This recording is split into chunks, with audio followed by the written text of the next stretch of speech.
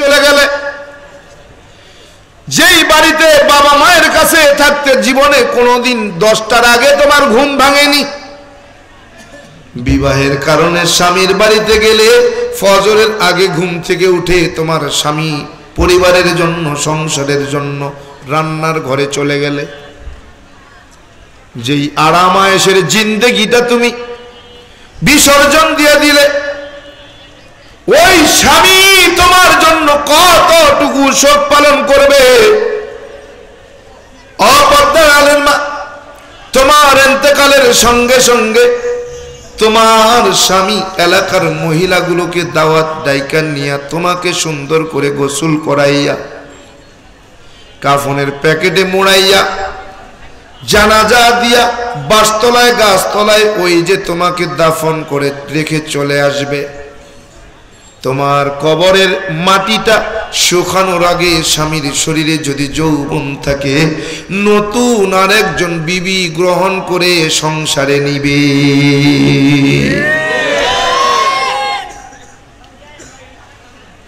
বললাম তোমার ইন্তেকাল হয়ে গেলে তোমার বাবা মা তোমার জন্য কতটুকু শোক পালন করবে, তোমার বাবা মা তোমাকে কতটুকু মনে রাখবে। বলে সন্তান, তোমার ইন্তেকালের পরে তোমার বাবা মা তোমার জন্য কতটুকু শোক পালন করবে। বলে তোমার ইন্তেকালের পর 1 বছর পর্যন্ত তোমার মা আর বাবা যদি বেঁচে থাকে তোমাকে স্মরণ করবে আর কষ্ট পাবে। আরে আমার কলিজার টুকরা সন্তান, আমি তো তাকে 10 মাস 10 দিন গর্ভে নিয়ে বেরিয়েছি, কত কষ্ট সহ্য করেছি, কত সময় কলিজার মধ্যে লাথি মেরেছে, এরপরেও তাকে বদদুয়া দিইনি। ওই সন্তানটা আজকে আমাকে ছেড়ে চলে গেল, আমি মাকে রেখে সন্তান দুনিয়ার থেকে বিদায় হয়ে গেল। ও যুবক, ওই মা আর বাবা, যেই বাবা তোমার জন্য এত কষ্ট করেছে, বলে যেই বাবা তোমার জন্য এত কষ্ট করে ঢাকার শহরে রিক্সা চালায়, বড়শির মতো বাঁকা হয়ে গেল। বলে কোমরটা বড়শির মতো বাঁকা হয়ে গেছে, শরীরের চামড়াগুলো গুছায় গেছে, প্যাডেল মেরে মেরে ঢাকার শহরে রিক্সা চালায়, কত কষ্ট করে রিক্সা চালায়। মাঝে মাঝে ঢাকার শহরে দুপুর বেলা কিছু মুরব্বীর সঙ্গে সাক্ষাৎ হয়, তাকায় দেখি 4 দোকানে বইসা বইসা একটা শুকনা রুটি আর একটা কলা নিয়ে চাবায়। মাঝে মাঝে দাঁড়ায় জিজ্ঞেস করি, বাজার এই করা দুপুর বেলা কেন আপনি দুপুর বেলা হোটেলে এক বেলা ভাত না খায়া একটা শুকনা রুটি আর কলা খান? বলে বাজান কেমনে বুঝায়, ঢাকার শহরে আসছি বড় কষ্ট নিয়া। বলে 2টা আমার সন্তান, একটা মেডিকেলে পড়ে, একটা ভার্সিটিতে পড়ে, তাদের খরচ চালানোর জন্য আমি বাবা ঢাকার শহরে আজ 20 বছর রিক্সা চালাই। ও বাবা, দুপুর বেলা যদি আমি 100 টাকা দিয়া আমি দুপুর বেলার ভাত খাই, 100টা টাকা খরচ হয়ে গেলে আমি সন্তানদের খরচ কিভাবে চালাবো? এজন্য আমি বাবা কষ্ট করে হলেও একটা রুটি আর একটা কলা 10 টাকা খরচ কইরা আমি 90 টাকা সঞ্চয় করি, যেন সন্তানগুলোর খরচটা আমি বাবা দিতে পারি। সন্তান, ওই বাবা তোমার জন্য কতটুকু শোক পালন করবে। বলে তোমার ইন্তেকালের পরে 1 বছর পর্যন্ত তোমাকে স্মরণ করবে, তোমার জন্য কান্না করবে, চোখের পানি ফেলে তোমার জন্য শোক পালন করবে। যখন 1 বছর ধরে তোমাকে হারানোর কষ্টটা সহ্য করে নিতে পারবে, ওই বাবা মা 1 বছর পর মসজিদের ইমাম সাহেবের দাওয়াত দিয়া দুপুর বেলা সবরে সানি করাইয়া তোমার জন্য একটু দোয়া করে, ওই যে তোমার বাবা মা তোমাকে ভুলে যাবে, আর কোনোদিন তোমাকে স্মরণ করবে না।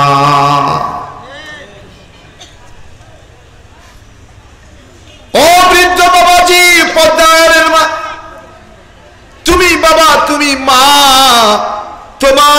যদি ইন্তেকাল হয়ে যায় তোমার সন্তানগুলো তোমার জন্য কতটুকু শোক পালন করবে?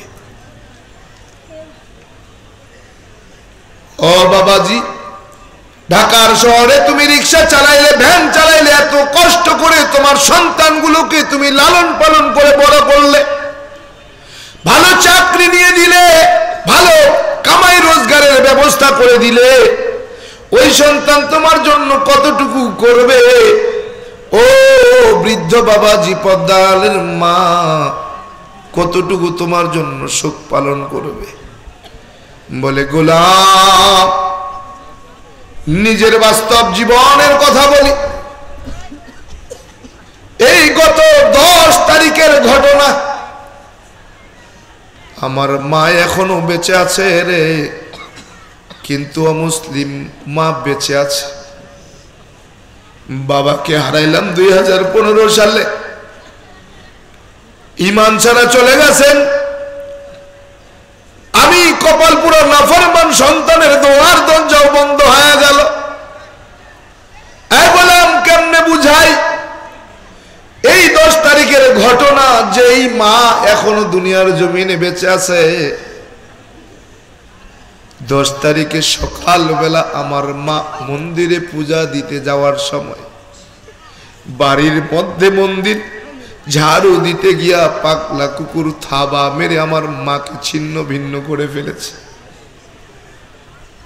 মায়ের গালের থেকে এখান থেকে গোশ টেনে ছিঁড়ে ফেলেছে, তোমার গোশটা উঠাই ফেলেছে, ঠোঁটটাকে টান দিয়ে কুকুর ছিঁড়ে ফেলেছে, হাতগুলোকে ছিন্ন ভিন্ন করে ফেলেছে। মাকে সকালবেলা হাসপাতালে নেয়, আমারে ফোন দিয়ে কয়, কাকা আপনার মার এই অবস্থা, আপনি কিভাবে কি করতে পারেন?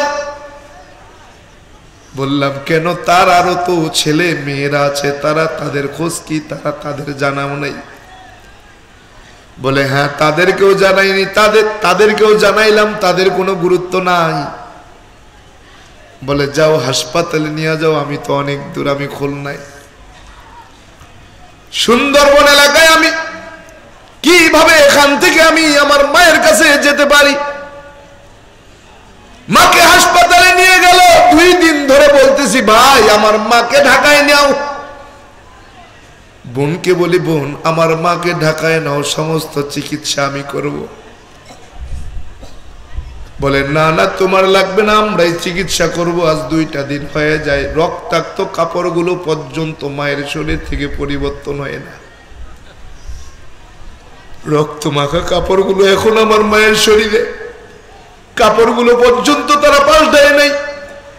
অথচ ওই মা আমাকে শুধু আশীর্বাদ দোয়া ছাড়া কিছুই দেয় নাই।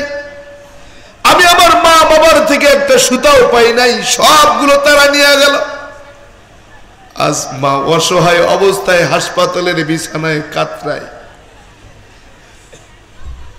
আজকে সারা দিনটা পর্যন্ত একটা সেকেন্ডের জন্য চোখে ঘুম নাই। কালকে রাত্রে রওনা করেছে, মাকে এখন পর্যন্ত দেখতে যাইতে পারি নাই। আজকে বিকালবেলা যখন বোনকে ভাইকে ডাক দিয়ে বললাম ভাই তোরা চিকিৎসা করলে কর, নাইলে আমার মা আমাকে দে, আমি একটু চিকিৎসা করে দেই, সুস্থ বানায়া দেই, তারপরে নিয়ে যাবি। সন্ধ্যা পর্যন্ত বলে সমস্যা নাই, তোরে দিয়া দিমু, তুই ঢাকায় চিকিৎসা করাবি। তাদের কোনো দায়িত্ব নাই। এগুলা মা বাবা যে কত কষ্ট করে তুমি জানবা না, তুমি জানো না, তুমি শুধু তোমারটা বুঝাই পাইলেই তো তোমার জন্য হয়ে গেল। ও বৃদ্ধ বাবাজি, পদ্মার আলের মা, তুমি বাবা, তুমি মা, তোমার ইন্তেকালের পরে তোমার সন্তানগুলো তোমার জন্য কতটুকু শোক পালন করবে? বলে তোমার ইন্তেকালের পর তোমার সন্তানগুলো তোমার জন্য কতটুকু শোক পালন করবে? যেই সন্তানের জন্য জীবন যৌবন তুমি বিসর্জন দিয়ে দিলে, যেই সন্তানের জন্য তুমি ঢাকার শহরে পাড়ি জমালে, যেই সন্তানের জন্য তুমি 20 থেকে 25 বছর পর্যন্ত ঢাকার শহরে কাটালে, যেই সন্তানের জন্য তুমি দুপুর বেলা 100 টাকা খরচ না করে 10 টাকা খরচ করে 90 টাকা সঞ্চয় করলে, ওই সন্তান তোমার জন্য কতটুকু শোক পালন করবে? বলে তোমার ইন্তেকালের সঙ্গে সঙ্গে তোমার সন্তানগুলো তোমার অভাব বুঝবে। বলে যখন দেখবে না আর বাবা আর মা আমার কোনো উপকারে আসে না, আমার নিজের কাজ নিজেই করতে হয়, আস্তে আস্তে আস্তে আস্তে করে ওই সন্তানগুলো তোমাকে ভুলে যাবে। একটা বছর পর্যন্ত তোমার জন্য একটু শোক পালন করবে। 1 বছর যখন পার হয়ে যাবে রে, মসজিদের ইমাম সাহেবের দাওয়াত দিয়া দুপুরবেলা সফরেসানি করাইয়া একবার দোয়া করে ওই যে তোমাকে ভুলে যাবে, আর তোমাকে কোনো ঈদের নামাজের দিনেও তোমার কবর জিয়ারত করবে না, তোমাকে স্মরণ করবে না। আর বললাম কেমনে বুঝাই? রব্বে কারীম বলে তোমার নাম নিশানা পরিচয় ঠিকানা বিলীন হয়ে যাবে। সুম্মা ইউমিতুকুম, মৃত্যুর সাথে সাথে তোমার নাম নিশানা পরিচয় ঠিকানা বিলীন হয়ে যাবে। সুম্মা ইউহয়িকুম, আবার তোমাকে জীবিত করা হবে। বললাম প্রশ্ন করায় রব, ছিলাম না? ছিলাম তো মৃত।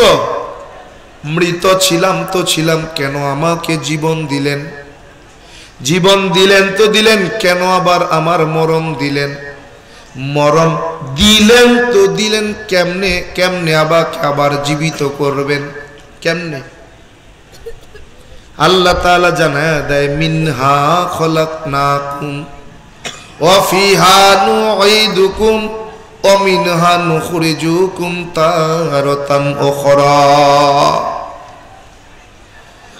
গোলাম তাকায়া দেখো, এই মাটির থেকে আমি আল্লাহ তাআলা করে এত সুন্দর মানুষ বানাইলাম।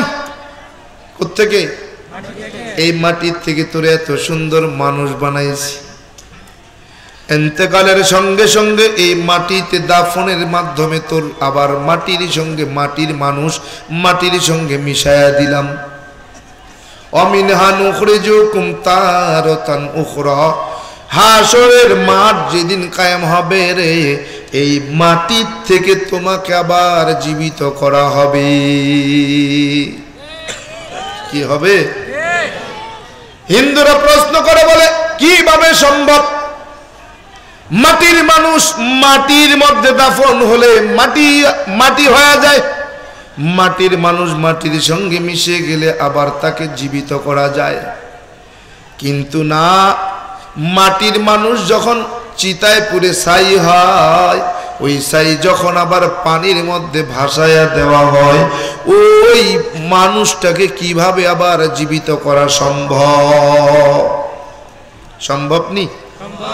বলে বান্দার কাছে যেটা অসম্ভব, আমার রবের কাছে সেটা সম্ভব। কথা বলে, বান্দার কাছে যেটা অসম্ভব সেটা আমার রবের কাছে সম্ভব।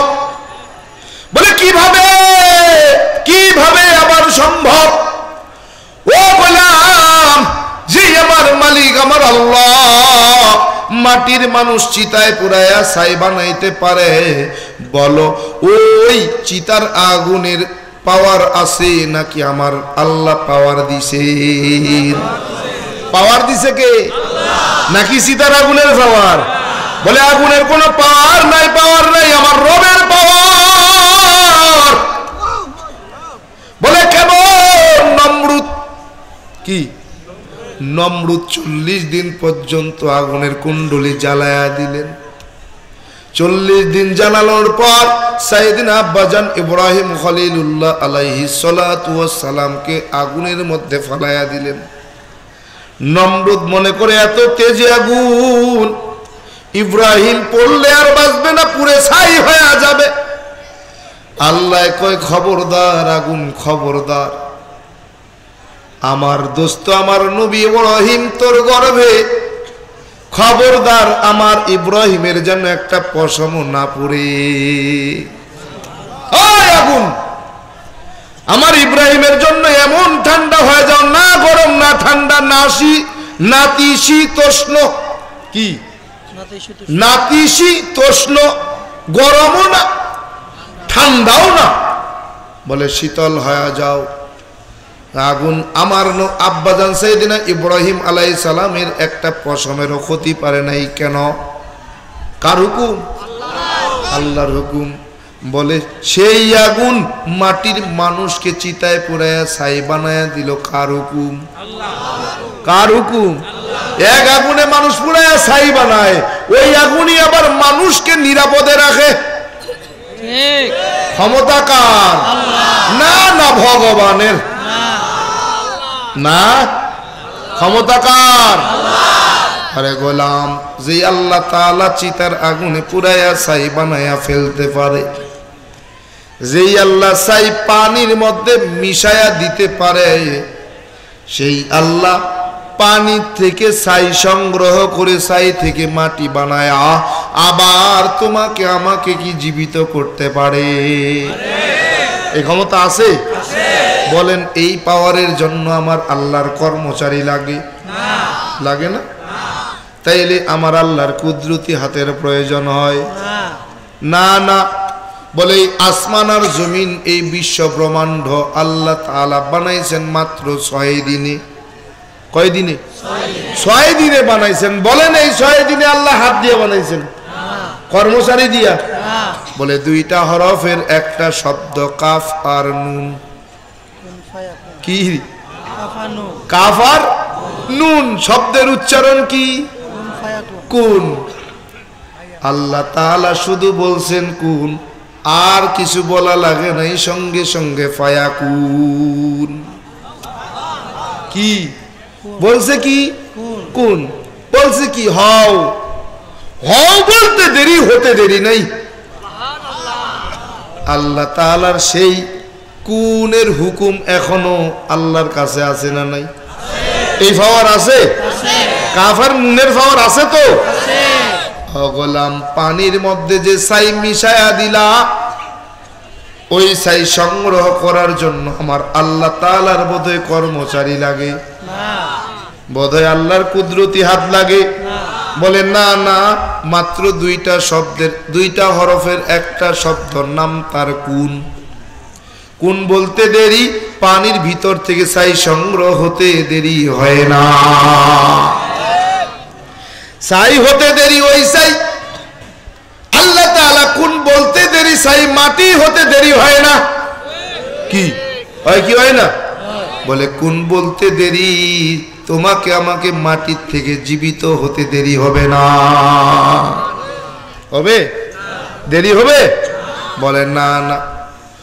গোলাম, তুমি মনে করছো দুনিয়াটা মস্ত বড়, খাও দাও ফুর্তি করো, চিতায়া পুরিয়া করলাম, ছাই উড়াইয়া গেল, তাই পানিতে ভাসাইয়া দিলাম, কোনো হিসাব নিকাশ নাই, তাই ভাবো?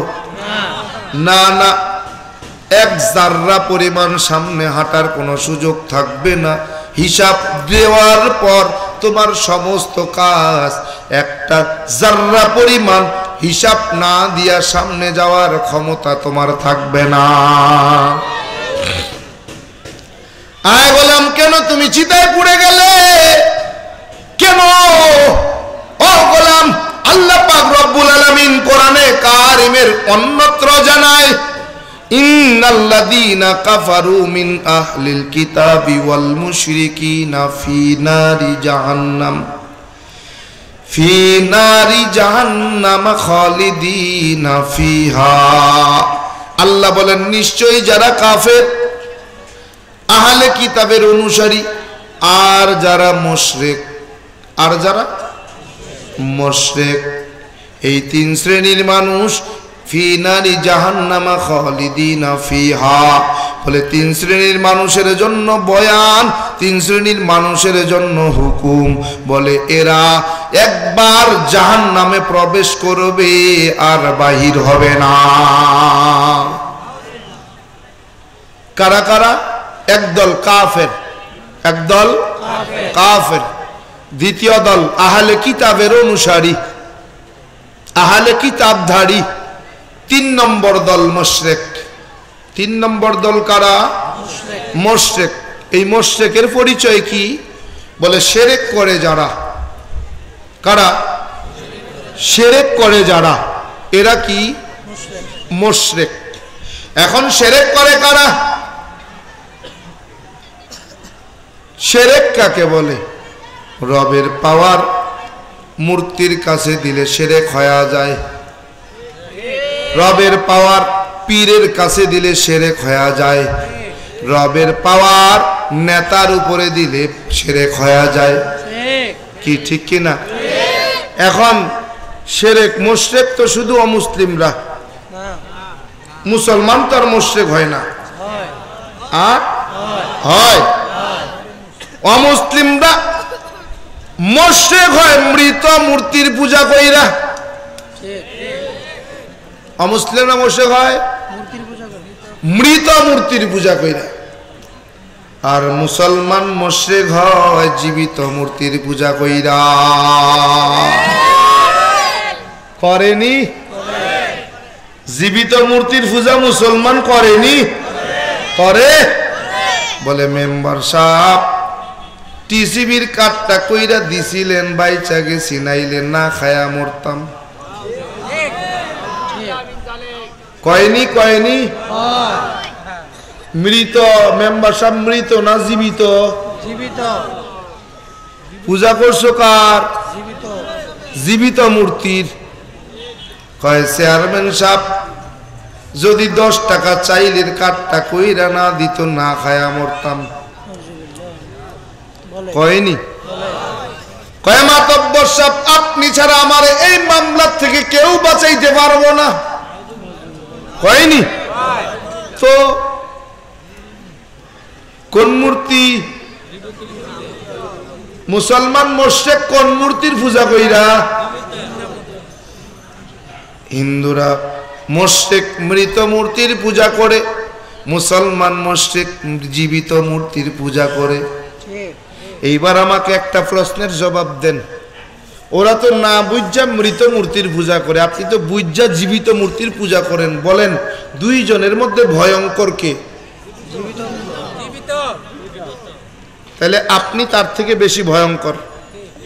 কথা কর, বেজার হইতেছেন হইলে কিচ্ছু করেন নাই। আগেই কইছি ন মুসলিম আমি ব্যতিক্রম, ছাড় দিয়ে কথা বলার মধ্যে নাই।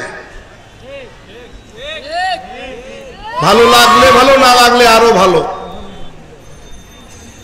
কেন? বলে আল হাক্কু মুররুন আও কামা ক্বালান নাবিয়্যু আলাইহিস সালাতু ওয়াস সালাম। হক কথা কি হয়? তিতা। তিতা কি হয়? তিতা। তিতা হলেও কিন্তু মিডা। কখন?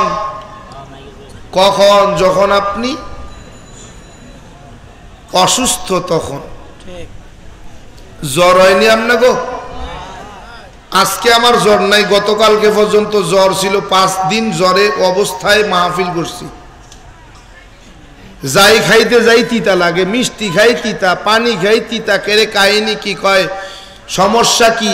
পানি তিতা, মিষ্টি তিতা, না তরকারি ভাতে তিতা? কয় না না, জিব্বা তিতা। তিতা কিসে? জিব্বায়। নষ্ট হয়েছে কি? জিব্বা। এখন এই নষ্ট জিব্বার ওষুধ কি? ওই যে মুরব্বীরা হয়নি কাটা দিয়ে কাটা তোলো, হয়নি কি? হয় কাটা দিয়া কাটা তোলো। বলে তিতা জিব্বায় তিতা লাগাও। তিতা জিব্বায় কি লাগাও? তিতা। তাইলে ফামু কই? কয় করল্লা খাও। কি খাও? করল্লা তিতা না মিডা? আলু মিডা। এই এক আলুতে কমপক্ষে 36 প্রকারের তরকারি হয়, ভর্তার থেকে শুরু কইরা শেষ পর্যন্ত যেইনি দিবেন সেখানেই চলে। কি এক আলু দিয়া কমপক্ষে কি 36 প্রকারের তরকারি হয়। করল্লা দিয়া দাম আলুর বেশি না করল্লার? কেন? তিতা জিনিস দাম বেশি করে, এটা না কম হইব? কি কাহিনীটা কি? কাহিনীতে একটা আছে, আছে না? আপনি বাজারে গেলেন, এত দামি করল্লা কিনছেন, গরুর গোশতও কিনছেন, আর বাড়িতে নিয়ে ম্যাডাম রে কইলেন এই গোশতটা একটু ভালো করে রান্ধিস। এখন গোশত বাইর করছে, দেখে যে ব্যাগের মধ্যে করল্লাও আছে। আর সদাই করছেন হলো গরুর গোশত আর হলো করল্লা। এখন ম্যাডামের দিককে কয় করল্লা গোশ যেহেতু ভালো করে রান্না কইছে তাইলে বোধহয় করল্লা গরুর গোশের জন্যই আনছে। মজা করলে করল্লা কাটতে গরুর গোশ ঝোল করছে। দুপুরবেলা গোসল করে আইছেন, গরুর গোশ লয়ে আইছে, আজকে মজা করে খামু। আগে খাইতাম 2 প্লেট, আজকে খামু 5 প্লেট।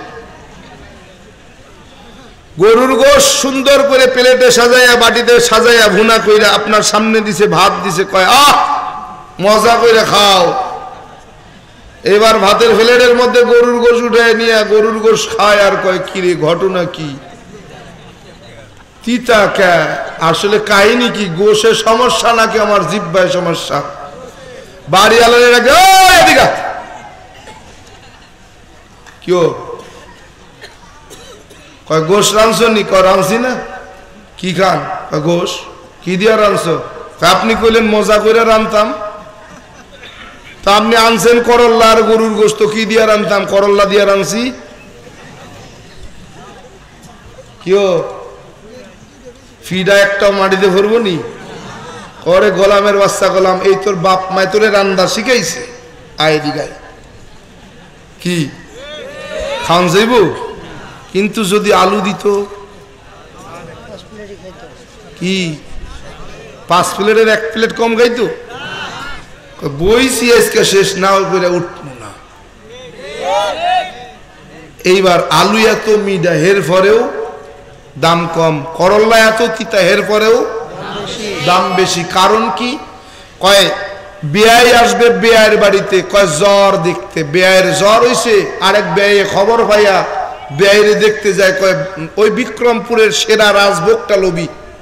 5 কেজি রাজভোগ লইয়া বেয়াইরে দেখতে যায়। বেয়াইয়ের জ্বর, বলে বেয়াইয়ের বাড়িতে যাইয়া মিষ্টি দিছে। কয় বেয়াই কি অবস্থা, হালত কি? কয় বেয়াই শরীরের হাল ভালো না। কয় কে? বলে জ্বর 104। কয় বেয়াই আপনার মহব্বতে আপনার জন্য কিছু মিষ্টান্ন আনছি, মজা কইরা খাইয়ালন।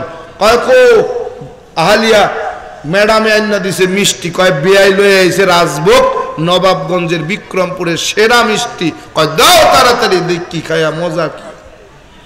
এখন মিষ্টি খায় আর কয় দূর মিয়া কি এর সেরা মিষ্টি, এদি আমার এলাকার মিষ্টি ভালো বিক্রমপুরের চাইতে। কি এর রাজভোগ মিয়া, আমার তো ওই পাউডারের দুধের মিষ্টি ভালো, এ কি রাজভোগ লয়ে আইছে?